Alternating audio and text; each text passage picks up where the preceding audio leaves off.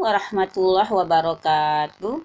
Ya, selamat siang anak-anak ibu ya. Ketemu lagi dengan Ibu Siti di mata pelajaran ekonomi ya. Untuk kali ini kita masih melanjutkan materi yang minggu lalu. Kalau minggu lalu kalian sudah sampai poin C ya, poin C. Sekarang kita akan melanjutkan ke para pelaku ekonomi. Kalau kemarin kegiatan ekonominya Ibu ulang kembali. Misalnya yang pertama yang A adalah konsumsi, distribusi, dan produksi. Yaitu kegiatan ekonominya. Sekarang sudah mulai melangkah ke peran pelaku ekonomi dalam kegiatan ekonomi. Bagian D pelaku ekonomi dan bagian E peran pelaku ekonominya. Baiklah Ibu lanjut. Pelaku ekonomi terdiri dari 4 faktor ya, itu 4 faktor, yaitu yang pertama rumah tangga keluarga ya, atau disebut dengan rumah tangga konsumen. Yang kedua rumah tangga perusahaan atau disebut juga dengan produsen penghasil barang. Dan yang ketiga rumah tangga pemerintah ya, rumah tangga pemerintah. Dan yang keempat masyarakat luar negeri. Baiklah, akan satu persatu Ibu jelaskan. Yang pertama, rumah tangga keluarga. Nah, pengertiannya apa sih? Rumah tangga keluarga adalah salah satu pelaku ekonomi. Rumah tangga keluarga terutama berperan sebagai konsumen ya, kita semua sebagai konsumen ya. Di sisi lain kita juga sebagai penyedia faktor produksi. Itu terutama kalau yang bekerja kita adalah penyedia faktor produksi tenaga kerja ya. Lanjut. Yang kedua, rumah tangga produsen atau sering disebut dengan perusahaan penghasil barang, merupakan kesatuan yuridis dan ekonomis dari faktor-faktor produksi yang bertujuan mencari laba atau memberi layanan kepada masyarakat ya, produsen ya. Yang ketiga adalah pemerintah berdasarkan Undang-Undang Dasar tahun 1945. Pemerintah berperan sebagai produsen yang menguasai cabang-cabang produksi yang penting bagi negara dan yang menguasai hajat hidup orang banyak. Contohnya, misalnya pemerintah menguasai tambang minyak, PLN, ya, listrik, ya, BBM, minyak, dan sebagainya. Poin-poin yang penting pokoknya dikuasai oleh pemerintah, ya. Yang berikutnya adalah terakhir adalah masyarakat luar negeri. Ternyata masyarakat luar negeri juga termasuk merupakan pelaku ekonomi yang harus diperhitungkan.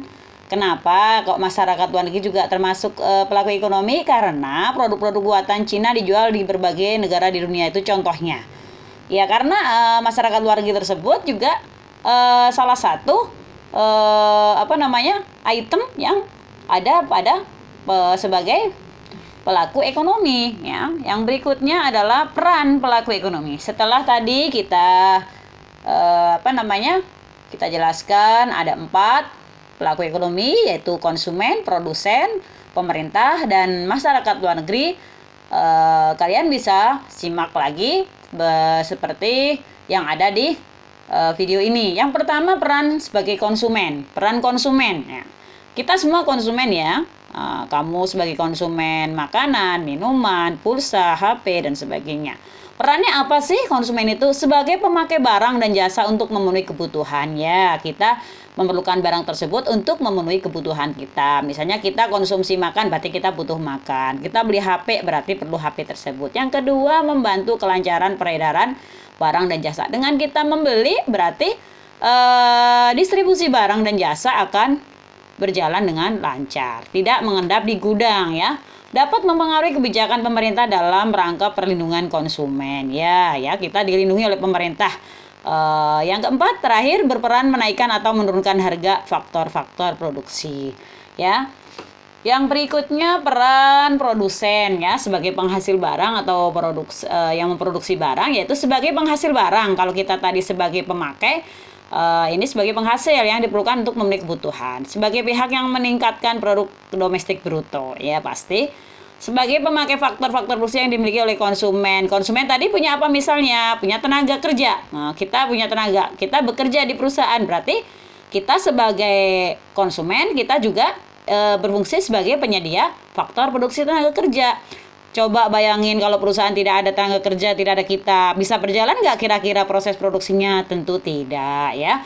Yang keempat, mempengaruhi kebijakan pemerintah dalam rangka menghasilkan produksi. Yang kelima, mengusahakan kelancaran pasokan barang dan jasa yang dibutuhkan konsumen. Dan yang keenam, membayar harga barang faktor-faktor produksi. Kok membayar sih, Bu? Iya, misalnya kita tenaga kerjanya, dia sebagai produsen, kita bekerja, kita dibayar nggak? Dibayar. Nanti akan dipelajari di poin berikutnya ya. Kalau kita punya tenaga kerja berarti dapatnya gaji. Kalau kita punyanya modal berarti dapatnya bunga. Kalau kita punyanya misalnya faktor produksi alam, tanah dan sebagainya, kita dapat sewa. Nanti akan dibahas di bab berikutnya. Ini hanya gambaran saja ya anak-anak ya. Yang terakhir adalah melakukan kegiatan inovasi pada produksi barang. Ya harus inovasi. Kalau tidak inovasi akan makin ketinggalan, lama-lama barangnya mati dari pasaran. Yang berikutnya peran pemerintah. Nah ini tadi ya. Sebenarnya apa sih peran pemerintah dalam kegiatan ekonomi? Ya dalam perekonomian, membuat kebijakan ya. Pemerintah adalah sebagai sumber hukum ya yang berfungsi sebagai pembuat kebijakan untuk mengatur kegiatan baik produksi, konsumsi, dan distribusi. Ada peraturannya lengkap. Membuat kebijakan untuk mengatur distribusi pendapatan, membeli barang dan jasa untuk penyelenggaraan negara.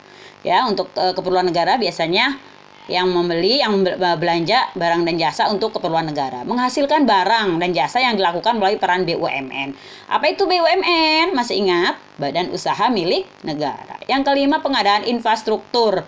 Infrastruktur ya seperti fasilitas-fasilitas umum, misalnya jalan tol, jalan raya, rel kereta api, dan sebagainya ya, yang fungsinya untuk kegiatan ekonomi ya. Menyediakan barang-barang publik seperti taman, jembatan penyeberangan ya, jembatan penyeberangan. Terus jalan tol seperti tadi ya. Terima kasih. Oh lupa, yang ketujuh, kegiatan bantuan dan subsidi bagi masyarakat.